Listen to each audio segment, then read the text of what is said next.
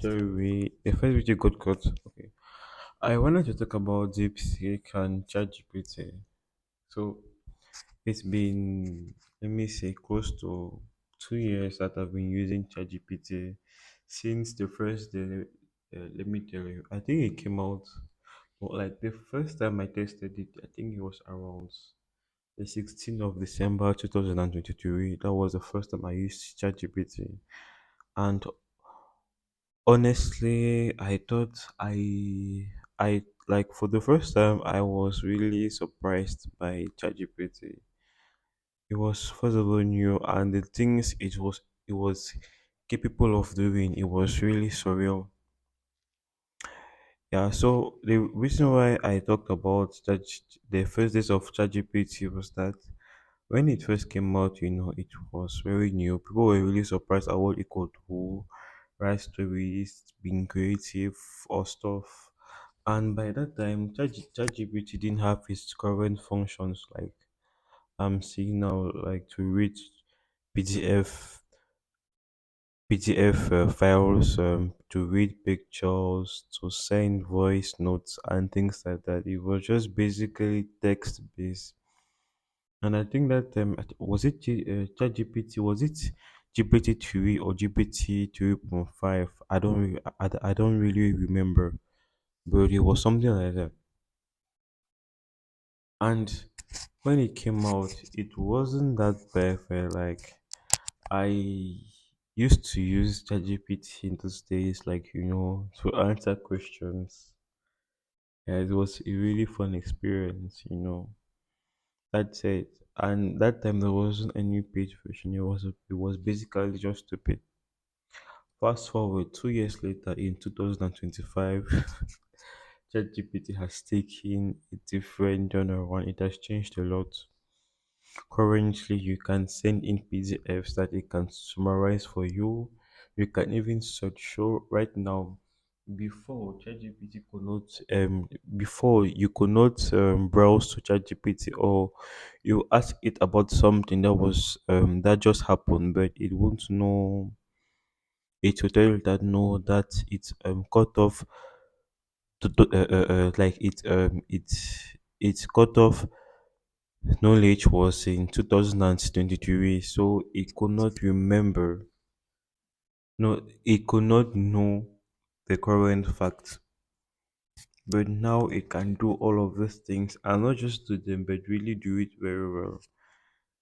So the reason why I was talking about it was because I want to point to DeepSeek and what they have been able to do in such a short time span. I mean, DeepSeek is like for people that don't know DeepSeek, it's let me say it's a Chinese chatbot like ChatGPT. I believe the name of the company is called DeepSeek. So they created this chatbot. No, like it's a Chinese owned company that created this chatbot. And the reason why people are really surprised with it is because of the cost, I think. Yeah, before DeepSeek, there have been many other chatbots. There's been Gemini by Google, um, by, and all of those stuff, Bing, Copilot, all of those stuff. But the thing that made DeepSeek different from those other AI chatbots was, I think, the cost. Like it was way more cheaper, and it was free. That was well. I don't know if before this there were any other really free, like as in free chatbots, but this one was free. It was an open source software, so people could read it, they could see how it was built, something like that. But for me in particular, the thing that surprised me about DeepSeek, it was basically the cost. Like recently during the installation of Donald Trump as the president of the United States, they assembled all of these big founders, all of these big CEOs like Sam Altman, Joshi, I don't know, the CEO of SoftBank, and that other guy, Larry Page. and they proposed this 500 billion, funding this investment scheme, and wow, people were like, yes, but some days later we hear about DeepSeek and that they created something that was not as good, but really close to the performance of GPT 4.0, like ChatGPT's latest most and one of its most advanced what again and one of its most advanced chatbots as of now. And to me, it was really, really, really surprising. Like my first question was like, man, how were they able to do this? And not just doing it, but doing it at a very cheap cost. Because like, let's try to think about it. ChatGPT or OpenAI, they have spent like billions. Every day they keep talking about $10 billion, 20 billion, wasting rounds of funding. But DeepSeek has been able to do something, not perfect yet, but very close to the performance of OpenAI's bot ChatGPT, and I'm really impressed. Uh, I'm really impressed on how they were efficient with so less. And I think the lesson that we have to really learn here is that we don't need to have all of the money in the world, or I don't know, spend some crazy amount of money to in order to achieve the same result. And I think the reason why most people were panicking was the fact that was mostly the fact that it was very cheap, because just imagine that, while like, just think about it, why would I spend 1 billion euros? Like, if I was an investor, mm, I want my money back and fast. The return on investment on $1 billion, I think, is not the same one on $6 million. Yeah, so because in order for me to have like to regenerate back $1 billion, I would really need to make it more more sales to really get something like that. Yeah, and I think what DeepSeek has proven is that you don't need a lot of money to do great things. The reason why I see most people that were panicking was that they actually think that DeepSeek, that OpenAI is lying to them, that ChatGPT, they are trying to use their customers, or they are just, inflating these numbers. Like, and even for me, I was really surprised, because when they announced that 500 billion, or when they really announced this their big one of funding, I don't really know why they keep spending this much money. Really, I don't really know why. How? Because I think the best thing that they could really do with us is to really explain, to really give us fact on how, like, how does the money get spent. Yes, we know that since OpenAI is found in the US, and the US is a country where, like, if you compare it with China, the cost of labor there is more expensive, and there were so many things that come with it, like lawyers and everything. Yes, so to say that yes, 500 billion might be small for for some people, like, to invest in AI in the US, but if there was a way we could have a detailed breakdown on what goes into the cost, it would be really grateful. Because I, for one, when I used DeepSeek, I think DeepSeek, personally, like, from a personal point of view, I would say its current level as almost similar to chat to GPT theory, GPT 3.5 or something like that. To compare it to GPT-4, I don't think, and I'm saying it in the sense of that, um, that the conversations I had with ChatGPT and the conversations I had with DeepSeek. When we talk about the quality of the conversations, I felt that the conversations with GPT were much more human-like. They were much more friendly conversations. So I really felt links to it. And not just that, there's also this thing about they released some months ago about GPT having a kind of memory that they could recall things they said and they could recall a conversation. And better still, they also have this thing that we could actually customize GPT. Usually, the problem I had when using GPT-3 was that it was really it had this habit of daydreaming. Like when using like or talking to it through a very long conversation, at some point it will really forget the context of the information. Or like if you're asking it to do a particular task, it will just daydream. So in those days, what I did to counter that, it was I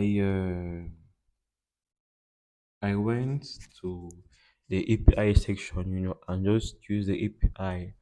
And honestly, I think the API tool is really better than the actual GPT if you know how to use it well and how to really code it or to customize it. Just the cost of doing that, it was a bit expensive, but yeah. When GPT-4 came out, I think it was this year, right? Yeah. Oh no, it was last year. Anyways, when it came out, I was really surprised by its capabilities. Like right now, it does not hallucinate. The answers it gives to me are much more precise answers as compared to those that I used to receive. So I was really shocked by that. I was really astonished. Like, how could we have such quality results from this AI chatbot as compared to DeepSeek? DeepSeek, I think, is very fabulous. Though as of now, it doesn't have, I would say, the same level of quality or the same features as ChatGPT right now, but it gives us promise on that things can get better. Mostly because I checked the price of the APIs, and when I compared it with the price of Open's API prices, I thought that wow, I really saw a really great disparity in the prices. But that said, for people that want to use DeepSeek, I would say is best for general purpose stuff. I would compare it as being a doctor since I'm in the medical field. I would say if I want to compare DeepSeek and Open and ChatGPT, DeepSeek is like a general practitioner. I think it's good at most things, but not best at everything. That's how I would really compare DeepSeek. It's good at most things, but not best at everything. But ChatGPT, you have the ability to customize it to make it to be very good at particular task, and not just good, but very good. So DeepSeek, I would say it as a general doctor. Like in the US, they call it a family doctor. In Cameroon, we call it a médecin généraliste, so a generalist. But ChatGPT has the potential to be a specialist at some particular task. Yeah, so I think it's really, really good. Really, really good. So, um, for those wondering about the best chatbot that they could possibly use here, I think the best one I would advise somebody is if you're looking for to just you to build something um like a general purpose software, like a chat app, a translator, something like that, something that is general purpose, that doesn't need things to be very specific or very precise. I'll go with DeepSeek because it's cheap, and I mean, why not? And for people that really want something that is really good, like people like medical students, or students that want something to really solve their homework assignments and do so much more, I would instead go for ChatGPT. And yes, there are many other AI chatbots there like Gemini, Perplexity, but I just think that ChatGPT is better than all of them combined or whatever. So, how can DeepSeek get better? I think that DeepSeek can get better, not just cost wise, because at least cost wise, I think DeepSeek has an edge. And also for the fact that DeepSeek is really open. People call it an open AI, like its code base is free and everything, but I don't think that an AI being open and free is what we have to use to base ourselves on to really define as something being good. And my problem with something being good and free is that when something is like this, we would always have bad actors or people that can misuse the technology. Like, just imagine if we had such technology use, which people like Al Qaeda or some other terrorist group, and they use this technology to, you know, I don't know, create bombs or to scammers to do things. So I don't know, but anyways, let's see how things will go. I think the thing, what will really help, like what I would really like to see between OpenAI and DeepSeek is, rather than compete, I think if OpenAI can leverage the technology of DeepSeek, like that this AI stuff, I think it is something that would really change the future. Like, just think about 50 years ago when we had the first pieces. Yes, though they came mostly from the US, but we also have to consider the fact that though it came from the US, but the people that built it, they were not all they didn't all come from the US. Some came from Europe, Asia, China. Some came from Africa. So let's just say if we really want to see a big change in AI in 20 years to come or in 40 years, I think that to compete, they can really combine their ways or their efforts in developing better AI models which can be really helpful in the future. Right now, I would like DeepSeek. Like, if you watch this video to the end, uh, the best way I've seen you can improve your platform is to, yes, it's good, it's free. I would really say the best thing you guys can do is to really, I don't know, advertisement, not really advertisement, but to really teach people on how to use the platform, as compared to open AI. Many people don't know what is DeepSeek. So I think the best way is to really come out to really teach people how to use it, to really and sensitize them how to use it, because I think it can be really great for a lot of things, but we don't yet know which things. So if they could come and really teach us on the type of things it could be best at as compared to ChatGPT, like customer interactions, like this client stuff. And the features that they could include image generation, yes, but I don't think you are already a lot of companies that can do image generation and video generation. They can add it, but I think the best feature that they could add right now I think the best feature they could add right now that would really make it competitive is this. ChatGPT has this live chat feature. Okay, this is called voice mode.